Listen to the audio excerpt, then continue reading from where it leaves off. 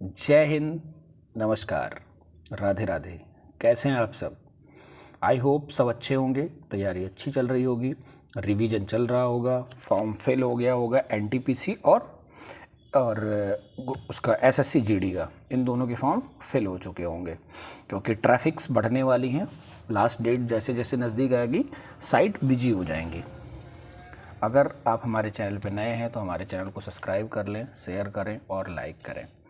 हम लोग आज पढ़ेंगे स्टैटिक जीके। स्टैटिक जीके हम पढ़ रहे हैं विश्लेषण के साथ, मतलब एक क्वेश्चन उठा रहे हैं और उसका विश्लेषण कर रहे हैं, जिससे हमारी पूरी टॉपिक रिवीजन हो जा रही है। जितने ऑप्शंस हैं, जितने क्वेश्चन लगभग बन सकते हैं वैसे करेंगे। ये प्रीवियस ईयर क्वेश्चन से जितने क्वेश्चंस बन सकते हैं, और ये सारे प्रीवियस ईयर क्वेश्चन एसएससी से हैं। ठीक है, तो समय बर्बाद ना करते हुए सीधा अपने क्वेश्चन पे चलते हैं। और हाँ, अगर आप लोग नए हैं तो चैनल को सब्सक्राइब जरूर कर लें और सपोर्ट करें हमें। चलिए शुरू करते हैं। पहला क्वेश्चन हमारा है कि मिस्र की मुद्रा क्या है। ठीक है, तो मिस्र में कौन सी मुद्रा चलती है? एक सेकंड। हाँ, ठीक, मिस्र की मुद्रा क्या है? तो मिस्र की मुद्रा है, मिस्र में क्या चलता है? मिस्र में चलता है पाउंड। क्या चलता है? पाउंड। ठीक, तो हमारा आंसर क्या हुआ? पाउंड। ठीक, अब देखते हैं यूरो कहाँ कहाँ चलता है? यूरो चलता है जो यूरोपियन देश हैं, जैसे जर्मनी हो गया। ठीक है, जर्मनी। ठीक, और काफ़ी ज़्यादा चर्चा में रहने वाली इटली। ठीक, जैसे ग्रीस का नाम आप लोगों ने सुना होगा। क्या? ग्रीस।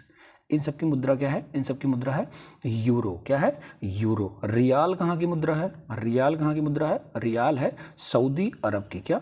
सऊदी अरब की मुद्रा क्या है? रियाल। ठीक है, सऊदी अरब की मुद्रा क्या है?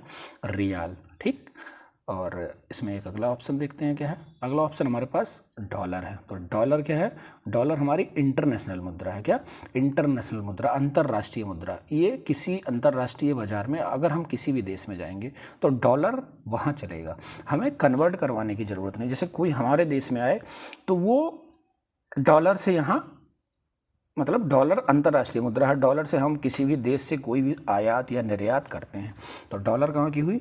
यूएस से और उसके प्रांत की। ठीक है, यूएसए की, या इसको हम लोग अंतर्राष्ट्रीय मुद्रा भी कहते हैं। चलिए अगला क्वेश्चन देखते हैं। अगला क्वेश्चन हमारा है, भारत ने कितनी बार, क्या? भारत ने कितनी बार अंडर 19 विश्व कप जीता है? तो भारत ने कितनी बार अंडर 19 विश्व कप जीता है? अंडर 19 विश्व कप क्या होता है? जो मेन टीम है, इससे जब, मतलब उसके जितने प्लेयर होते हैं वो 19 ईयर या इससे कम होते हैं। ठीक है, तो कितनी बार जीता है आज तक भारत? आज तक भारत 5 बार अंडर 19 विश्व कप जीत चुका है। कितनी बार जीत चुका है? 5 बार जीत चुका। आइए देखते हैं कब कब जीता है। पहली बार भारत जीता था 2000 में। कब जीता था? 2000 में। उसके बाद 2008 में जब विराट कोहली कैप्टन थे। ठीक, फिर कब जीता? फिर जीता 2012 में। इस बार इसमें कैप्टन थे एक उन्मुख चंद। ठीक, उन्मुख चंद जब कैप्टन थे तब जीता। फिर कब जीता? 2018 में। कब जीता? 2018 में। कौन कैप्टन था? पृथ्वी शाह। कौन? पृथ्वी शाह। उसके बाद 2022 में जीता। ठीक, 2022 में जीता। कितनी बार जीता? 5 बार। 2000, 2008, 2012, 2018, 2022। ठीक, चलिए अगला क्वेश्चन हमारा है, ये भी क्वेश्चन हमारा खेल से संबंधित है। क्या? खेल से ही संबंधित है। ठीक, इसमें क्या है कि निम्नलिखित में से किसने 1983 का विश्व कप भारत जीता था? उसके कप्तान कौन थे? उसके कप्तान सबसे पहले देख ले रहे हैं, कप्तान कौन थे? कपिल देव जी। ठीक, फाइनल मैच में मैन ऑफ द मैच कौन थे? जैसे फाइनल मैच जो हुआ था उसके मैन ऑफ द मैच कौन थे? तो उसके man of the match allrounder कौन थे? मोहिंदर अमरनाथ। कौन? मोहिंदर अमरनाथ। ये क्या थे? ये उस समय के ऑलराउंडर थे और इनको क्या मिला था? इनको मिला था man of the match. Kapil Dev क्या थे? ये कैप्टन थे। ठीक है, ये भी ऑलराउंडर थे। सुनील गावस्कर को किस नाम से जाना जाता है? इनको लिटिल मास्टर के नाम से जाना जाता है। ठीक है, चलिए अगला क्वेश्चन हमारा है, चेचक के टीके की खोज किसने की थी? चेचक के टीके की खोज किसने की थी? जो चेचक का टीका था उसकी खोज किसने की थी? उसकी खोज की थी एडवर्ड जेनर ने। किसने? Edward Jenner. कौन? एडवर्ड जेनर ने कब किया था? एडवर्ड जेनर ने 1796 में की थी। कब? 1796 में एडवर्ड जेनर ने की थी। ठीक, अब एडवर्ड जेनर अभी हमारे ऑप्शन में आगे मिलेंगे, उसके पहले हम और ऑप्शन देख लेंगे। जो रोनाल्ड रॉस थे, इन्होंने किसकी खोज की थी? रोनाल्ड रॉस ने किसकी खोज की थी? इन्होंने मलेरिया के टीके की खोज की थी। किसकी? मलेरिया। ठीक है, मलेरिया। ठीक है, मलेरिया के टीके की खोज किसने की थी? रोनाल्ड रॉस ने की थी। रॉबर्ट कोच ने किसकी खोज की थी? रॉबर्ट कोच ने आप तपेदिक, क्या तपेदिक या हैजा, ठीक है, तपेदिक और हैजा का जो टीका था उसकी खोज किसने की थी? रॉबर्ट कोच ने की थी। ठीक, रोनाल्ड रॉस ने मलेरिया की, रॉबर्ट कोच ने तपेदिक की। चेचक की खोज एडवर्ड जेनर ने कब की थी? 1796 में। तो कौन आ गया? Edward Jenner. इस क्वेश्चन का ऑप्शन नंबर 3 सही है, एडवर्ड जेनर। अलेक्जेंडर फ्लेमिंग, इनको भी देख लेते हैं, इन्होंने किसकी खोज की थी? अलेक्जेंडर फ्लेमिंग ने पेनिसिलिन की खोज की थी। क्या? पेनिसिलिन। ठीक है, पेनिसिलिन। ठीक है, सिलिन, पेनिसिलिन की खोज की थी। ठीक, अगला क्वेश्चन हमारा है कि पोलियो वैक्सीन की खोज किसने की थी? तो पोलियो वैक्सीन की खोज किसने की थी? पोलियो वैक्सीन की खोज किसने की थी? जोनास साल्क ने। किसने? जोनास साल्क ने। ठीक है, इन्होंने क्या की थी? पोलियो वैक्सीन की खोज की थी। पोलियो की वैक्सीन की खोज इन्होंने की थी 1955 में। कब? 1955 में। ठीक है, और देख लेते हैं हम लोग 1955 में क्या की थी? पोलियो की खोज की थी। ठीक, अगला क्वेश्चन हमारा है कि भारत का सबसे पुराना संग्रहालय कौन है? हमारे भारत में जो सबसे पुराना संग्रहालय, जैसे जो ऑप्शन हमारे पास है, क्या विक्टोरिया मेमोरियल, राष्ट्रीय संग्रहालय, भारतीय संग्रहालय, इंडियन म्यूजियम, राष्ट्रीय खेल संग्रहालय। जो सबसे पुराना संग्रहालय हमारा है वो क्या है? वो भारतीय संग्रहालय है। क्या है? भारतीय संग्रहालय। ये कब बन के तैयार हुआ था? ये बन के तैयार हुआ था 1814 में। कहाँ पे है ये कहाँ है? ये कलकत्ता में है। कहाँ? कलकत्ता में। ठीक है, कहाँ है? कलकत्ता में। कौन सा संग्रहालय? भारतीय संग्रहालय। कब बन के तैयार हुआ? 1814 में। कहाँ है? कलकत्ता में। रेल म्यूजियम कहाँ है? राष्ट्रीय रेल संग्रहालय कहाँ है? यह है नई दिल्ली में। कहाँ? नई दिल्ली में है। ठीक है, नई दिल्ली में। विक्टोरिया मेमोरियल कहाँ है? तो विक्टोरिया मेमोरियल कहाँ है? ये कलकत्ता में है। कहाँ? कलकत्ता में है। ठीक, ये कलकत्ता में। राष्ट्रीय संग्रहालय कहाँ है? नई दिल्ली में। कहाँ? नई दिल्ली में। चारों ऑप्शन हमारा क्लियर हुआ। विक्टोरिया मेमोरियल कलकत्ता में, राष्ट्रीय संग्रहालय नई दिल्ली में, भारतीय संग्रहालय क्या हुआ? इसका आंसर हुआ इंडियन म्यूजियम 1814 में। कहाँ है? कलकत्ता में, सबसे पुराना है भारत का। और राष्ट्रीय रेल संग्रहालय नई दिल्ली में। ठीक, चलिए हम चलते हैं अपने अगले क्वेश्चन पे। अगला क्वेश्चन हमारा क्या है? राष्ट्रीय रेल संग्रहालय। अभी हम लोगों ने ठीक, अगला क्या है? राष्ट्रीय रेल संग्रहालय कहाँ स्थित है? अभी हम लोग तुरंत ऊपर बढ़ के आए हैं कि राष्ट्रीय रेल संग्रहालय कहाँ स्थित है? राष्ट्रीय रेल संग्रहालय नई दिल्ली में स्थित है। नई दिल्ली की एक कॉलोनी है चाणक्यपुरी। क्या? चाणक्यपुरी। ठीक है, चाणक्यपुरी में इसकी स्थापना कब हुई थी? इसकी स्थापना हुई थी 1977 में। ठीक है, भारतीय रेल संग्रहालय दिल्ली के चाणक्यपुरी में 1977 में। ठीक, समझ में आया आपको? चलिए आगे चलते हैं। अगला क्वेश्चन हमारा है कि शास्त्रीय नृत्य कुचिपुड़ी, क्या जो शास्त्रीय नृत्य कुचिपुड़ी है ये कहाँ का है? तो कुचिपुड़ी कुल कितने शास्त्रीय नृत्य हैं? 8। ठीक है, सबसे नवीनतम शास्त्रीय नृत्य कौन सा है? सबसे नवीनतम सत्रिया। क्या? सत्रिया। ये कहाँ का है? ये असम का है। ठीक है, असम का सत्रिया। और कुचिपुड़ी कहाँ का है? कुचिपुड़ी का है आंध्र का। कहाँ का? आंध्र प्रदेश का। आंध्र, ठीक है, प्रदेश। तमिलनाडु का क्या है? तमिलनाडु का क्या है? भरतनाट्यम। क्या? भरतनाट्यम। ठीक है, भरतनाट्यम, ये तमिलनाडु का। उत्तर प्रदेश का क्या है? उत्तर प्रदेश का है कथक। क्या? कथक। केरल का क्या है? कथकली। क्या है? कथकली। ठीक, ये सब क्या है, शास्त्रीय नृत्य हैं। तो क्वेश्चन हमारा क्या है, कुचिपुड़ी कहाँ का नृत्य है, कुचिपुड़ी कहाँ का हमने बताया आपको, आंध्र प्रदेश का। कुचिपुड़ी कहाँ का है, आंध्र प्रदेश का। इस क्वेश्चन का आंसर क्या होगा, आंध्र प्रदेश मिला, आंध्र प्रदेश। ठीक है, ऑप्शन नंबर 3 सही है। अगला क्वेश्चन हमारा है, निम्नलिखित में से कौन सा लोक नृत्य पंजाब से संबंधित है। तो पंजाब में क्या होता है, पंजाब का लोक नृत्य क्या है, पंजाब का लोक नृत्य गिद्धा और भांगड़ा। क्या, गिद्धा और भांगड़ा। क्या, भांगड़ा। ये कहाँ का है, ये पंजाब का है। बाकी देखते हैं हम लोग, लजीम कहाँ का नृत्य है। तो लजीम जो नृत्य है ये कहाँ का नृत्य है, ये कहाँ का है, ये महाराष्ट्र का है। कहाँ का है, महाराष्ट्र, MH। ठीक है, महाराष्ट्र। नाटी कहाँ का है, नाटी कहाँ का है, हिमाचल का है। कहाँ का है, हिमाचल, हिमाचल प्रदेश। आप हमारे क्वेश्चंस को देखा करिए, उनके विश्लेषण को देखा करिए, आपको नृत्य याद करने की ज़रूरत नहीं पड़ेगी। जितने नृत्य इंपॉर्टेंट पूछे जाते हैं वो हम अपने क्वेश्चंस में लगातार करवाते जा रहे हैं। एक क्वेश्चन के जितने ऑप्शंस होते हैं उसमें जितने भी नृत्य होते हैं वो हम आपको लगातार बता रहे हैं, जिससे आपको याद हो जाएगा। बागुरुम्बा कहाँ का नृत्य है, तो बागुरुम्बा है असम का। कहाँ का, असम का। और एक और असम का बहुत ज़्यादा पूछा जाने वाला, कौन सा, बिहू। कौन सा, बिहू। ठीक, असम का बिहू। और एक लाजिम, लाजिम और एक और आता है क्या, लावड़ी। कौन, लावड़ी। लाजिम, ला से लाजिम और ला से लावड़ी, दोनों याद रखिए कहाँ के हैं, ये महाराष्ट्र के हैं। ठीक, अगला क्वेश्चन, घराने से क्वेश्चन जरूर आता है। क्या, कौन सा गायन किस घराने से संबंधित है। तो क्वेश्चन हमारे पास है टप्पा गायन। क्या, टप्पा गायन, ये कहाँ का प्रमुख गायन है, ये राजस्थान का प्रमुख गायन है, राजस्थान का। क्या, ठीक है, राजस्थान का प्रमुख गायन में आता है टप्पा गायन। ठीक है, राजस्थान के प्रमुख गायन में क्या आता है, टप्पा गायन। तो ये कहाँ से फेमस है, हम ऑप्शन में जाएंगे अपने। तो ये किस घराने से फेमस है, ये है बनारस घराने से फेमस है। क्या, जो टप्पा गायन है ये बनारस घराने से फेमस है। आइए हम और घराने के बारे में जानते हैं, जिससे क्वेश्चन जरूर आता है। आगरा घराना, आगरा घराना से कौन संबंध, ऐसे क्वेश्चन आता है ये किस घराने से संबंधित। तो आगरे घराने से कौन संबंधित है, आगरा घराने से एक आपने नाम सुना होगा, ये काफ़ी ज़्यादा एग्जाम में आते हैं,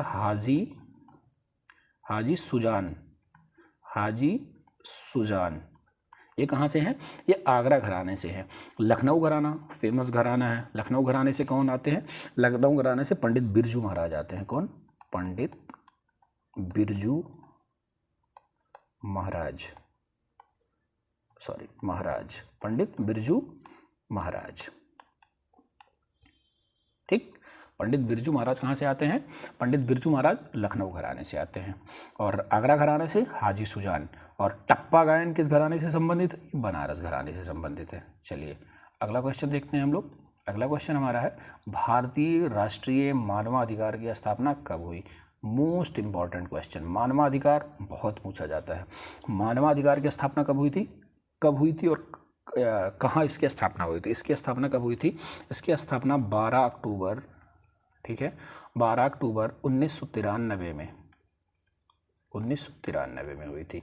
कहाँ इसका मुख्यालय, कहाँ है इसका मुख्यालय, कहाँ है, नई दिल्ली में। कभी कभी इसका मुख्यालय पूछ लेता है कि राष्ट्रीय मानवाधिकार का मुख्यालय कहाँ है, तो राष्ट्रीय मानवाधिकार का मुख्यालय कहाँ है, नई दिल्ली में। इसकी स्थापना 12 अक्टूबर 1993। डेट मैं इसलिए मेंशन कर रहा हूँ क्योंकि जब उसको क्वेश्चन को थोड़ा टफ करना होगा, ठीक है, तो वो ईयर लिख के दे देगा, कुछ भी लिख देगा, 13 अक्टूबर 1993, 13 मई 1993, 12 अक्टूबर 1993 या 12 अक्टूबर 2005, ऐसे लिख देगा।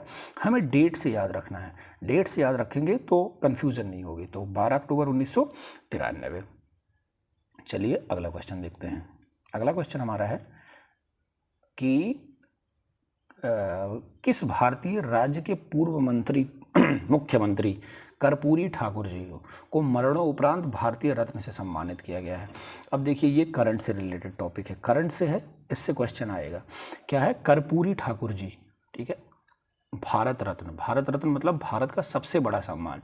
इस बार कितने लोगों को मिला है, इस बार 5 लोगों को मिला है। कितने लोगों को मिला है, 5 लोग। कर्पूरी ठाकुर जी के पहले बता दे रहे हैं, कर्पूरी ठाकुर जी कहाँ से हैं, ये बिहार से हैं। कहाँ से हैं, बिहार से हैं। कर्पूरी ठाकुर जी बिहार के मुख्यमंत्री थे पहले। इनको क्या मिला है, मरणोपरांत भारत रत्न। इस बार कितने लोगों को मिला है, 5 लोगों को मिला है। कौन कौन मिला है, एक तो कर्पूरी ठाकुर जी हो गए, दूसरा लाल कृष्ण अडवाणी जी, लाल कृष्ण अडवाणी, ठीक है, अडवाणी, ठीक, 2 हो गए, ये दूसरे हैं। तीसरा किसको मिला है? तीसरा मिला है लाल कृष्ण अडवाणी और फिर पीबी नरसिम्हा राव। किसको? पीबी नरसिम्हा राव, ठीक है, पीबी नरसिम्हा राव। और फिर किसको मिला है? एक और है, कौन? 4 और 5 चौधरी चरण सिंह जी को मिला है। कौन? चौधरी चरण सिंह जी, ठीक है, चौधरी चरण सिंह। और एक और मिला है जो भारत में हरित क्रांति के जनक माने जाते हैं। कौन माना जाता है? MS स्वामीनाथन। MS स्वामीनाथन, ठीक है, MS स्वामीनाथन जी को भी मिला है। कितने लोग हो गए? Karpoori Thakur ji number 1, number 2 Lal Krishna Advani ji, number 3 PB Narasimha Rao ji, number 4 Chaudhary चरण सिंह जी, नंबर 5 MS स्वामीनाथन जी। 2024-23 में इसकी घोषणा की गई है। कितने लोगों को मिला? 5 लोगों को मिला। कर्पूरी ठाकुर जी बिहार से थे। हमारा क्वेश्चन क्या था? कर्पूरी ठाकुर जी किस राज्य से संबंधित हैं, किस राज्य के पूर्व मुख्यमंत्री हैं? तो ये बिहार के पूर्व मुख्यमंत्री थे। कितने लोगों को मिला? 5 लोगों को। लाल कृष्ण अडवाणी, पीवी नरसिम्हा, चौधरी चरण सिंह, MS स्वामीनाथन और कर्पूरी ठाकुर जी। चलिए अब चलते हैं अगले क्वेश्चन पे। अगला क्वेश्चन हमारा है, ये भी करंट से रिलेटेड ही है। करंट में क्या है कि जो 69 फिल्म फेयर अवार्ड आया है, फिल्म फेयर पुरस्कार में अग्रणी भूमिका, ये याद रखना, अग्रणी भूमिका पुरुष और महिला, ठीक है, पुरुष और महिला अभिनेता और अभिनेत्री का पुरस्कार किसे मिला है? तो जो 69 पुरस्कार मिला है, ये किसको मिला है? ये मिला है रणबीर कपूर और आलिया भट्ट को। किसको? रणबीर कपूर और आलिया भट्ट, ठीक है, किसको किसको मिला है? रणबीर कपूर और आलिया भट्ट को, ठीक। आइए कुछ और जानते हैं फिल्म फेयर के बारे में। फिल्म फेयर के बारे में कुछ और क्या है? फिल्म कौन सी थी? सबसे सर्वश्रेष्ठ फिल्म किसको माना गया है? फिल्म कौन है?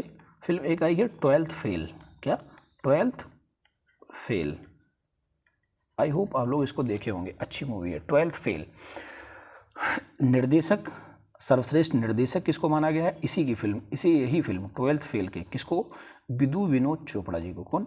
विधु विनोद चोपड़ा जी। कौन? विधु विनोद चोपड़ा, ठीक है, ये सर्वश्रेष्ठ निर्देशक थे, ठीक है।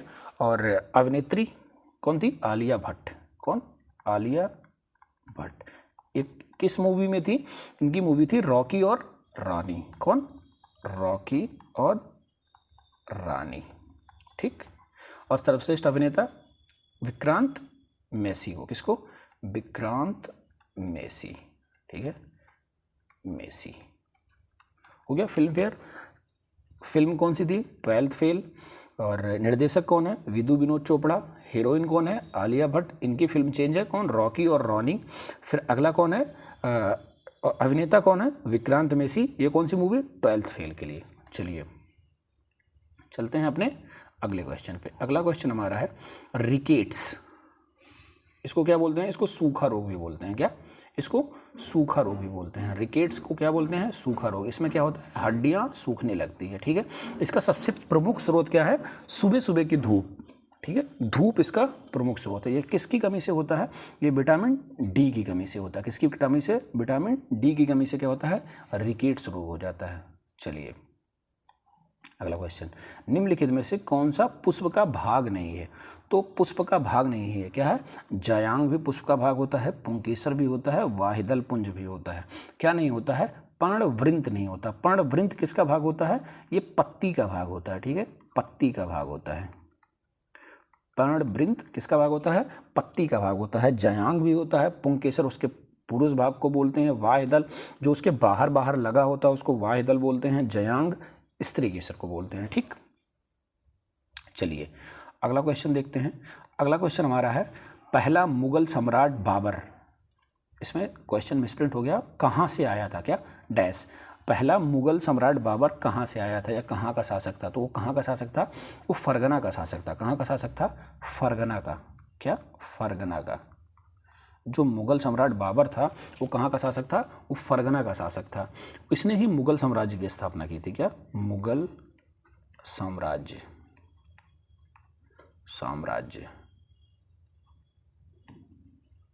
ये कब से कब तक था? ये कब से था? ये 1526 से लेके 1530 तक था। क्या? 1526 से 30 तक था। आइए कुछ उसके इम्पोर्टेंट युद्ध के बारे में जानते हैं, क्योंकि ये क्वेश्चन ज़्यादा आता है। 1526 में उसने अपना पहला युद्ध लड़ा था। क्या? 1526 में उसने अपना, उस युद्ध का क्या नाम था? पानीपत का प्रथम युद्ध। पानीपत का प्रथम युद्ध कब हुआ? 1526 में हुआ। किसके किसके बीच? बाबर और इब्राहिम लोदी के बीच। किसके बीच हुआ?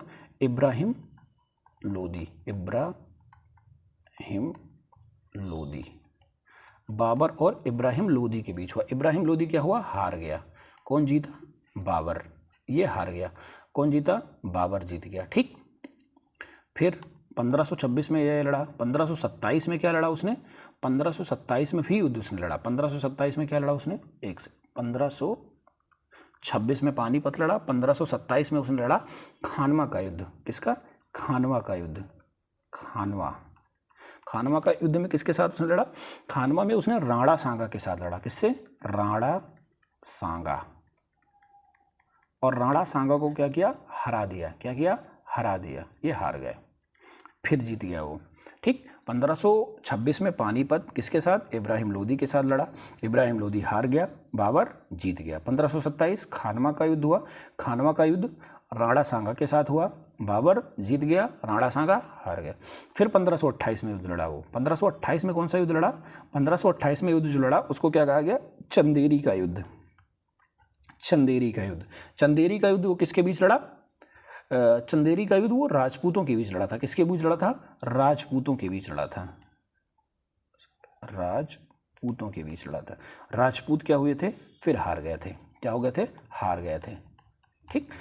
उसने कितने लड़ा? 1526 पानीपत, 1527 खानवा, 1528 चंदेरी। तीनों युद्ध वो जीत गया।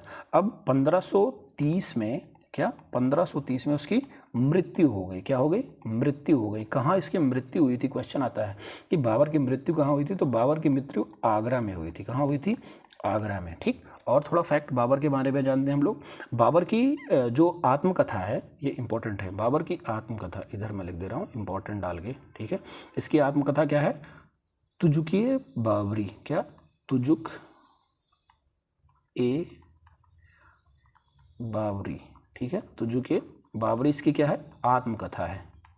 कभी कभी आता है आत्मकथा। बाबर की आत्मकथा क्या है? तुजुक-ए बाबरी। ये इंपॉर्टेंट है। ठीक। 15 हो गया बाबर के बारे में। क्वेश्चन का आंसर हमारा क्या हुआ?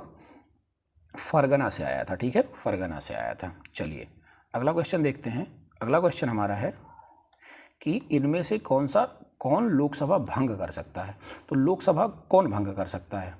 लोकसभा खाली राष्ट्रपति भंग कर सकता है। कौन? राष्ट्रपति। ये किस आर्टिकल में लिखा है कि राष्ट्रपति लोकसभा को भंग कर सकता है? अनुच्छेद 85 के सब आर्टिकल 2 में लिखा है। ठीक है। सेक्शन 2 में लिखा है कि राष्ट्रपति लोकसभा को भंग कर सकता है। लोकसभा और तरीके से भंग हो सकती है। जो सबसे बड़ी पार्टी है उसका जो नेता है वो अपनी बहुमत ना पेश कर पाए तो भी लोकसभा भंग हो सकती है। एक चीज़ जान लीजिए, जो लोकसभा के सत्ता पक्ष का नेता होता है जब वो इस्तीफा दे देता है तो पूरे मंत्रिमंडल का इस्तीफा माना जाता है। क्या? अगर जैसे इस समय प्रधानमंत्री कौन है? मोदी जी हैं। ये सत्ता पक्ष के नेता हैं। अगर जब मोदी जी इस्तीफा देंगे तो ये मान लिया जाएगा कि जितने भी मंत्री हैं पूरे मंत्री परिषद का इस्तीफा हो गया। दो तरह से भंग की जा सकती है। जैसे इस समय सबसे बड़ी पार्टी बीजेपी है। अगर लोकसभा स्पीकर या विपक्ष ये ले आए कि इनके पास बहुमत नहीं है, बहुमत पेश करें, अगर मोदी जी बहुमत पेश नहीं कर पाएंगे तो लोकसभा क्या हो जाएगी? भंग हो जाएगी। ठीक। चलिए अगला क्वेश्चन देखते हैं। अगला क्वेश्चन है तेलंगाना। क्या? तेलंगाना भारत का 29वां राज्य कब बना? क्या? ये भारत का कौन सा राज्य है? 29। ये कब बना था? ये 2014 में बना था। कब बना था? 2014 में। आंध्र से अलग करके तेलंगाना बनाया गया था। ठीक है। चलिए तेलंगाना के बारे में और कुछ जानते हैं। तेलंगाना का राष्ट्रीय पशु क्या है? इसका पशु जो है ये कौन सा है? इसका पशु है हिरण। क्या है? हिरण। वहाँ कुछ और भाषा में इसको जाना जाता है लेकिन इसका क्या नाम है? हिरण। इसका वृक्ष क्या है? राष्ट्रीय वृक्ष क्या है इसका? जम्मू। ठीक है। जम्मू चेटर। क्या? जम्मू चेटर या जम्बू पेपर ऐसे ही करके कुछ आता है। ठीक। इसका राष्ट्रीय पशु ये है और राष्ट्रीय वृक्ष ये है। चलिए अगला क्वेश्चन देखते हैं। अरुणाचल प्रदेश की अरुणाचल प्रदेश राज्य की सबसे ऊंची चोटी कौन सी है? तो पहले जान लेंगे भारत की सबसे ऊंची चोटी किसको, कंचनजंगा को माना जाता है क्या, और हिमालय या भारत K2 गांडू एस्टपिन भी हो जाती है, लेकिन कंचनजंगा भी मानी जाती है। तो अरुणाचल प्रदेश की क्या है, अरुणाचल प्रदेश की सबसे ऊंची चोटी है नुनकुन। कौन, नुनकुन। इसकी ऊंचाई कितनी है, इसकी ऊंचाई लगभग है 7090 मीटर। क्या, 7090 मीटर लगभग इसकी ऊंचाई है। ठीक है, किसकी, अरुणाचल प्रदेश की जो सबसे ऊंची चोटी है नुनकुन। चलिए अगला क्वेश्चन, अवध का अंतिम नवाब कौन था? अवध का अंतिम नवाब कौन था? अवध का अंतिम नवाब वाजिद अली शाह था। कौन, वाजिद अली शाह था। अवध का ये अंतिम नवाब माना जाता है इनको। ठीक है, इनकी बीवी कौन थी, बेगम हजरत महल, जो 1857 की क्रांति में क्या की थी, लखनऊ से नेतृत्व की थी या अवध से नेतृत्व की गई थी। इन्हें कहा जाता है ये लखनऊ से नेतृत्व की थी। ठीक है, इनका जो शासनकाल था ये 1856 में जो लॉर्ड डलहौजी की नीति थी, हड़प नीति, लॉर्ड डलहौजी, ठीक है, डलहौजी की हड़प नीति से उसने क्या कर लिया था, हड़प लिया था। ठीक है, अवध का प्राचीन नाम क्या था, जो अवध है इसका प्राचीन नाम क्या था, इसका प्राचीन नाम था कोसल प्रांत। क्या, कोसल प्रांत। ये किस नदी के किनारे बसा है, ये गोमती नदी के किनारे बसा है। किसके, गोमती नदी के किनारे बसा है। ठीक, अवध लखनऊ के क्षेत्र को कहा जाता है, ये गोमती नदी के किनारे बसा है। इसका पुराना नाम क्या था, कोसल था। 1856 में लॉर्ड डलहौजी की हड़प नीति के अनुसार वो अवध प्रांत को क्या कर लिया था, हड़प लिया था। और इसका अंतिम, इसको कभी कभी ये भी आ जाता है अंतिम या 11th, क्या 11th या 11वां नवाब वाजिद अली शाह था। ठीक है, वाजिद अली शाह अंतिम नवाब था। 1856 में लॉर्ड डलहौजी ने इसको हड़प लिया था। अवध का पुराना नाम कोसल है। अवध किस नदी के किनारे है, अवध गोमती नदी के किनारे है। चलिए आगे चलते हैं। ये इस वीडियो का आखिरी क्वेश्चन है, इस वीडियो का अंतिम क्वेश्चन या आखिरी क्वेश्चन है। अगर आपको हमारा प्रयास, हमारी कोशिश, हमारा विश्लेषण का तरीका समझ में आ रहा है तो आप हमारे चैनल को सब्सक्राइब जरूर करें, सब्सक्राइब करें, साथ साथ शेयर करें और हमें सपोर्ट करें। बहुत बहुत आपका धन्यवाद। जय हिंद।